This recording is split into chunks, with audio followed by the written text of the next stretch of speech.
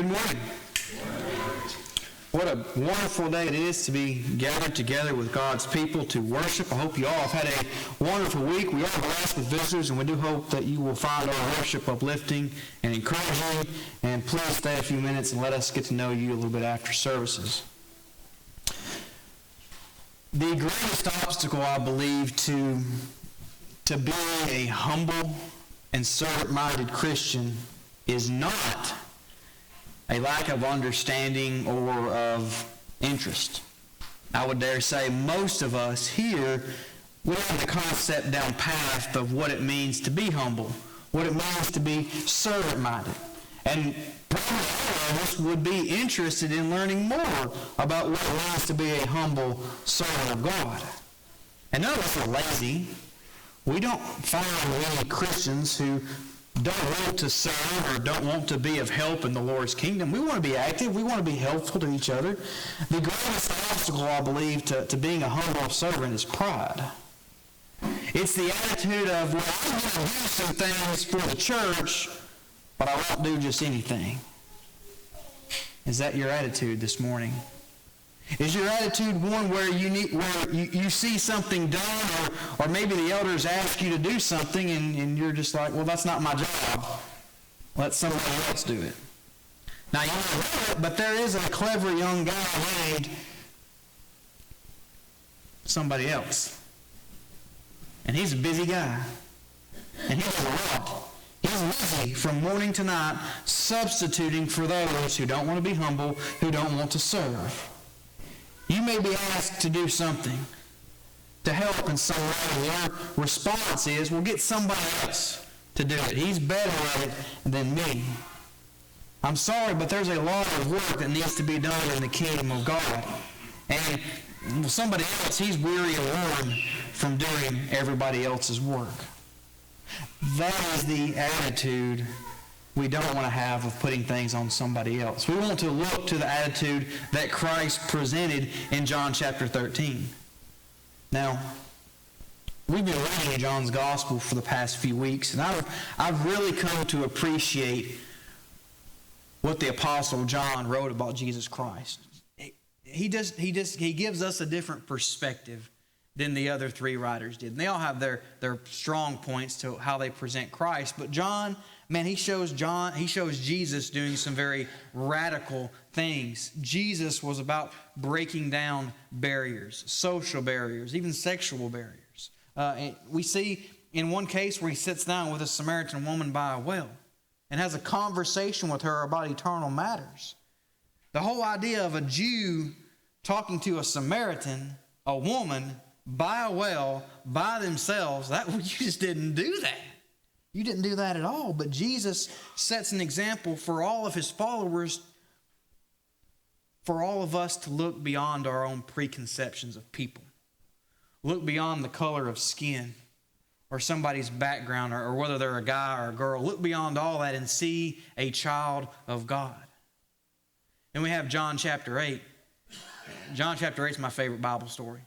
I love this text. And it's a controversial text, but it shows Jesus showing forgiveness when an adulterous woman is brought into his midst. You go back and read that story. And the religious, the chief priests, the scribes, they know the law and they've got the stones in their hands because the law says they could stone her for what she had done. She was guilty, that is no doubt. But Jesus shows forgiveness. And I read that text and it makes me think, how many times do we show forgiveness as Christ did? Not just to somebody we meet out in the world, but one of our own. How many times does the church show forgiveness when one of their own comes forward dealing with sin? And I'll just go ahead and tell you, there's going to be a lesson this year from that. What is in our hands? A stone or forgiveness? What a powerful message. But then we got John 13. That's where we're going to be at today. And John 13 is the longest account of the Lord's Supper. And so you can follow along in your Bibles or follow along on the screen. Let's read the first 5 verses. It said, before the feast of the Passover, when Jesus knew that his hour had come to depart out of this world to the Father, Having loved his own who were in the world, he loved them to the end. During supper, when the devil had already put it into the heart of Judas Iscariot, Simon's son, to betray him, Jesus, knowing that the Father had given all things into his hands and that he had come from God and was going back to God, rose from supper. He laid aside his outer garments, and taking a towel, he tied it around his waist. And then he poured water into a basin, and he began to wash the disciples' feet and to wipe them with the towel that was wrapped around him. Jesus, in these first 5 verses, gives us a powerful message. He loved his followers. He loved the men that were gathered with him in that upper room. It didn't matter how many times Peter spoke out against him. It didn't matter how many times Thomas questioned, Thomas doubted. It didn't matter how many times James and John blew their tops and wanted to smite some town for rejecting him. It didn't matter how many times Judas put his hand in the cookie jar to get money for himself. Jesus loved him. Jesus knew that his time was drawing near. He knew what was going to happen in a few short hours. He knew Judas was going to betray him. He knew the chief priests and the scribes were going to have him arrested and that he'd be crucified by the Romans. He knew all that. And yet, to the very end, in these final moments, his focus, his mind, his attention was not on the cross. It was on those men in that room. Go back and read John 13 to John 17. And try and pick out the parts where he's focused on them. He's praying to God the Father for them. He loved them to the end. Literally, the text says Jesus loved them to the uttermost. That is the kind of love that Christ wants us to have for each other. We get to the end of the chapter, Jesus tells the men, "A new commandment I give to you, that you love one another, just as I have loved you, you also are to love one another. By this, all people will know that you are my disciples, if you have love for one another." And the kind of love that Jesus is talking about is the love that he had for the 12 in that room. It's a special kind of love. It's a love where you and I overlook each other's flaws. It's a love where I say something that hurts your feelings. You do something that makes me angry, and yet we forgive each other so easily. It's a love that where we show love and we embrace each other even when it's not easy for us to do because things in our lives are so hard. I mean, Jesus is about to go die for the world, and yet here he is showing love and compassion to these men. Verse 2 tells us that, well, Judas has already made up his mind, and we can spend all day arguing whether it was the devil that made him do it or whether it was Judas that decided on his own. But Judas was going to betray his master for just a little bit of money. The man who had shown love to him, who had been kind to him, who had drawn him into his group, well, he's going to betray him. They're sitting there together having this Passover meal.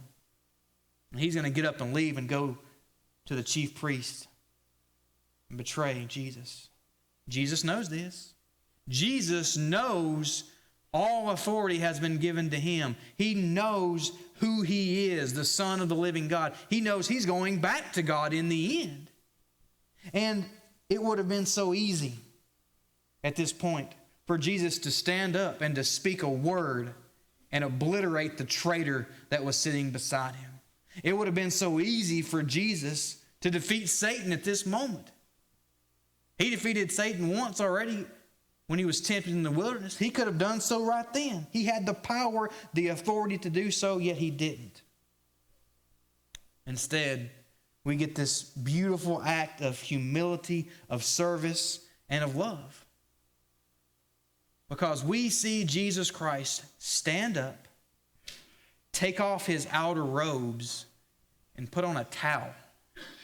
he puts on the garment of a servant. And then he gets down and he washes his disciples' feet. Now, I want you to think about that for a minute. It's not a normal act that you do.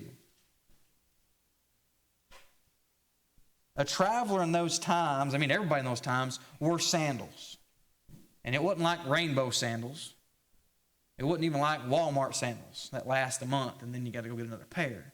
These were a sole of leather, of rough material, and then it had cloth or even leather that would wrap around the foot or the ankle, maybe a combination of which, and that was it. That's what they wore. Now, those of you that have, back in the day, played on back roads that were all gravel, you know what it's like when it's hot and dry, it's dusty. And your feet get hot and all that dust cakes up between the toes and it's all gritty and nasty. And then if it rains, well, guess what? It's muddy. And so you're clomping down these roads and all that mud's getting on your feet. And let's not forget that sometimes you have animals carting things down the road and they leave nice little presents that you may step in periodically. Foot washing was not something that people lined up to do at the end of the day. In fact, foot washing was reserved for the lowest of the household servants, the newbie, the rookie, the lowest one. That was their job. The Midrash, a Jewish text, even tells us, hey, don't even let the Hebrew slaves do this. You get the Gentile slaves to do it. That's how lowly of a task this was. And yet, here we see Jesus Christ doing it for the 12. The logical question would be, well, why didn't one of the 12 do it? We know they're in a furnished room. The basin of water is there for somebody to wash the feet. Usually when you had guests in, you got the servant. It was the hospitable thing to do, wash their feet. And yet, why didn't Peter or John or Matthew do that? It helps if we go read Luke's account. In Luke's account, Jesus and his disciples are gathered for the Passover meal. Jesus institutes the Lord's Supper. We've been studying that. John's doing a great job on Sunday morning with that. And then we have verse 24 of Luke 22. And it tells us that a dispute arose among them. Which one of them would be the greatest? They're arguing over who's the best, who gets to be next to Jesus. This isn't the first time. We go back to Mark chapter 10. James and John go to Jesus. Hey, Jesus, let us sit on either side of you on the throne when you come into your kingdom. And the other 10 find out and they start bickering and arguing. Then everyone has come together to celebrate this Passover meal. Jesus has established a new covenant. This is my body. This is my blood. And instead of thinking about what Jesus has told them, they argue. Which one of us is the greatest? And they're probably arguing, just going back and forth, and they don't even pay attention to Jesus getting up. And then they begin to be silent as they notice what Jesus is doing. They notice he has taken this position of a servant, and he's washing their feet. Mark chapter 10, verse 45, Jesus said, the Son of Man came not to be served, but to serve. And then Luke chapter 22, verse 27, Jesus says, but I am among you as the one who serves. The apostles cannot believe what they are seeing. Their master, their teacher, their friend is serving them, is on his knees washing their feet. And of course, Peter, he has something to say. Go back to the text, verses 6 through 11. And I'm going to use emphasis here because there's some emphasis on what Peter says. He came to Simon Peter, verse 6, who said to him, Lord, do you wash my feet? That's what he said to him. Do you wash my feet?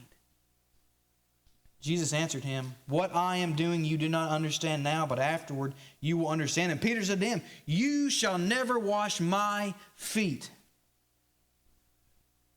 And Jesus said, if I do not wash you, you have no share with me. And then Simon Peter said, Lord, well, not my feet only, but also my hands and my head. And Jesus said to him, the one who has bathed does not need to wash except for his feet, but is completely clean. And you are clean, but not every one of you.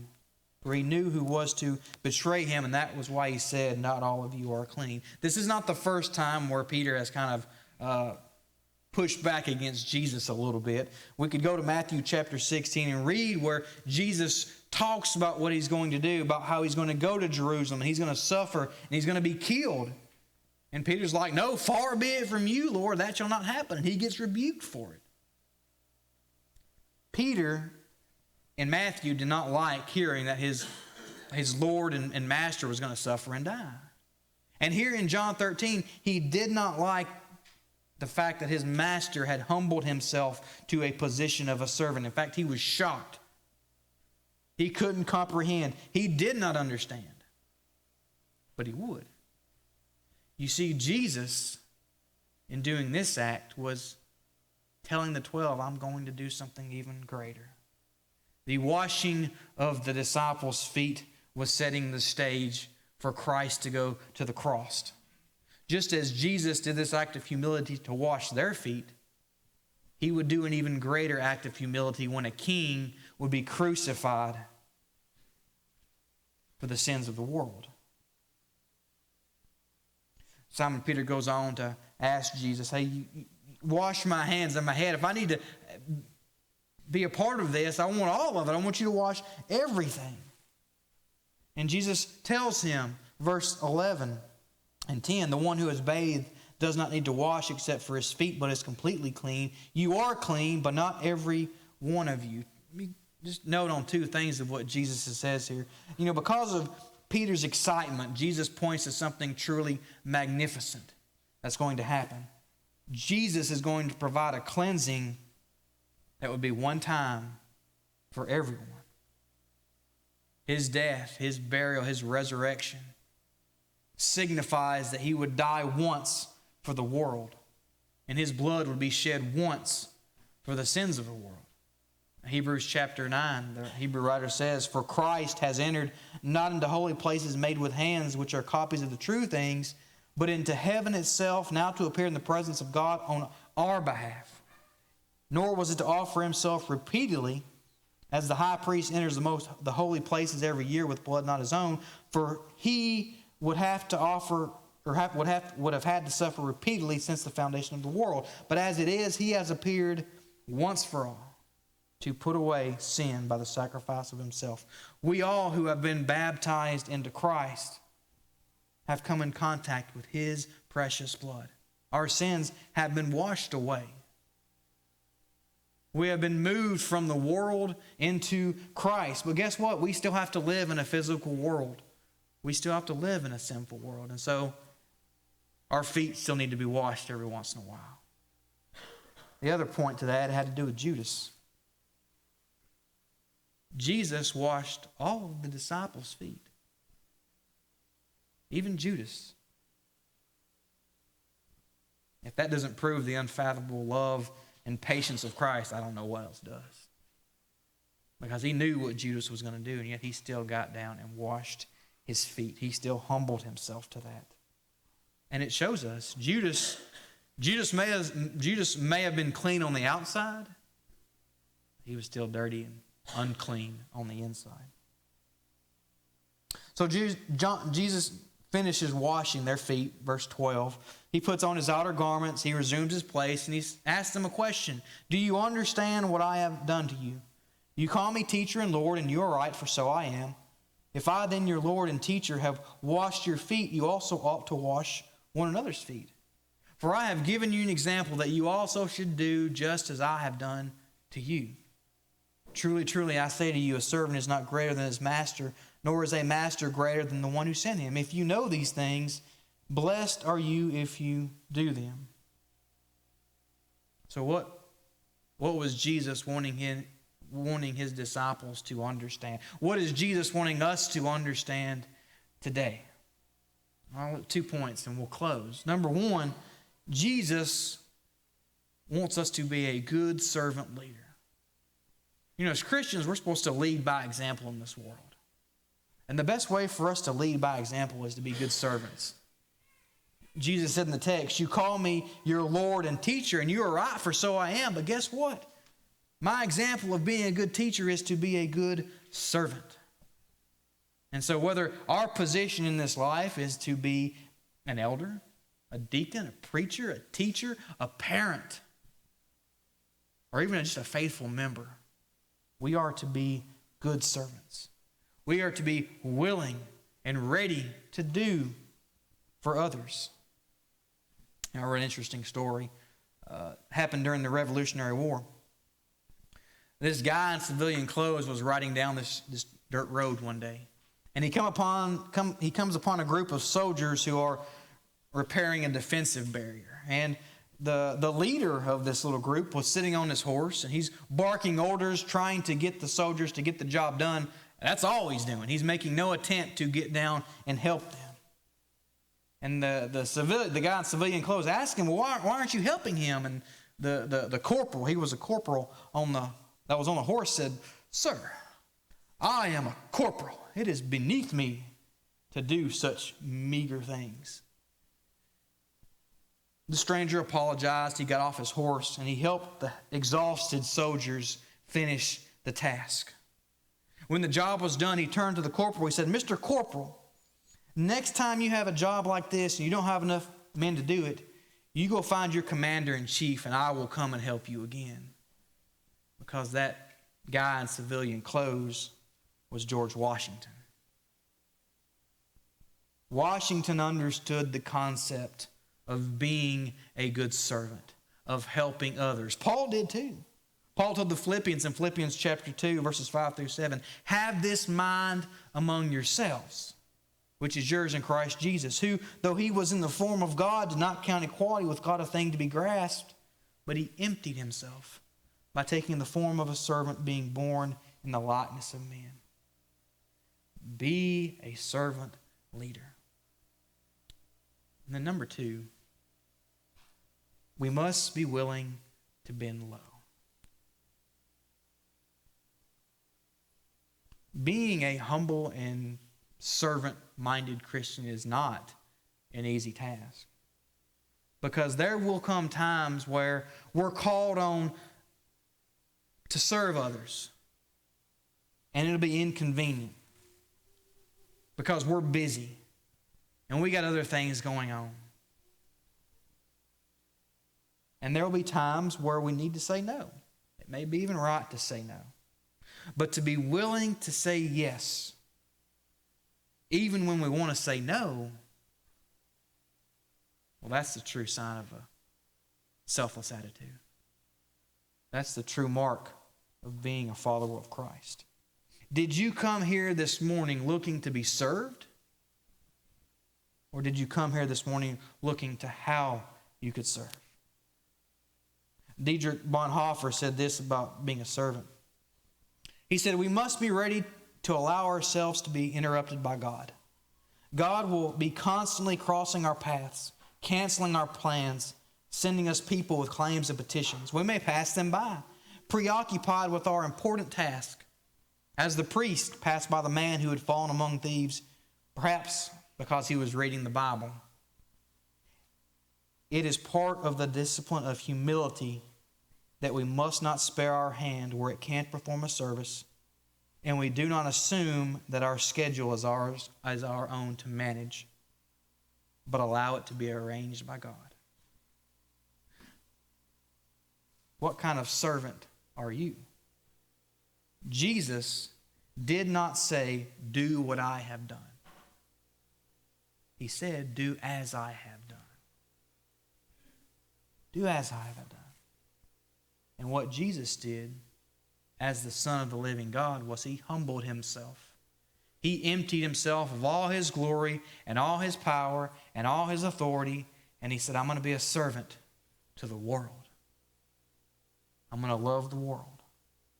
If we want to carry the name Christian, then we need to lower ourselves.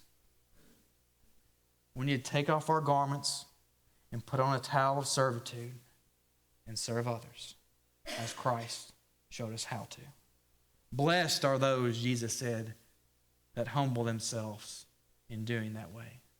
If If you have any need this morning, if it's your decision to put on Christ in baptism, or you need the prayers of the church, this opportunity is for you now as we stand and ask.